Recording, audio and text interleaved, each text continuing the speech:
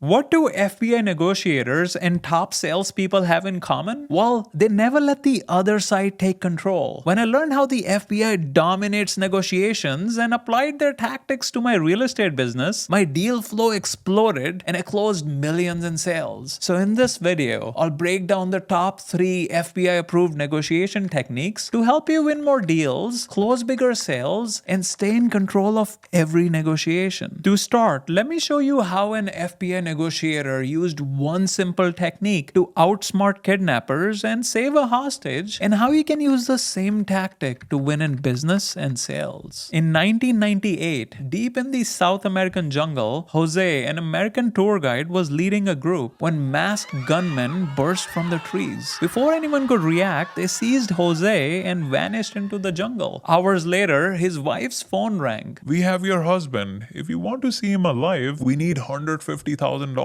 Instead of panicking, she called the FBI. That's when Chris Voss, one of the world's top hostage negotiators, stepped in. His advice? Well, it went against every instinct. Do not say no, do not negotiate the ransom, and do not sound desperate. Instead, she needed to stall. So when they called again, she didn't refuse. She simply asked, "How am I supposed to raise that kind of money?" They repeated their demand. She stayed calm. "I understand that's what you need, but how could I possibly come up with that much?" Frustration grew. They lowered the ransom, but she kept stalling. "I want to help you, but how can I make that happen?" Each time, she flipped the power dynamic, forcing them to work for the deal. Days passed. Tension built. Then, a heavy rainstorm hit the jungle. Jose, drenched and freezing, saw his chance. Only one distracted guard stood watch. The moment the guard looked away, he ran. Bare feet pounding against the soaked ground, he tore through the jungle. By the time his captors realized, it was too late. Hours later, he reached a small village, safe, alive, and free. But here's the craziest part. His wife never paid a cent. She stalled just long enough for him to escape, all because she knew how to say no without actually saying it. But here's the thing. These FBI negotiation tactics aren't just for hostage situations. They work in business and sales too. So let's break down the top 3 FBI-approved techniques that will help you win more deals, close bigger sales, and stay in control of any negotiation. Technique number 1. Imagine you're in a negotiation and the other side makes an unreasonable demand. A buyer says, "I need a 20% discount." At this moment, most salespeople either reject the request outright, risking the deal, or scramble to justify their price, which makes them look weak. But top negotiators like the FBI don't do either. Instead, they ask a simple question that flips the pressure back onto the other person. It's the same question Jose's wife used to stall the kidnappers. It forces the other side to rethink their demand. It makes them justify their own position, and more often than not, it leads them to negotiate against themselves. So what's the question? How am I supposed to do that? The moment you ask this,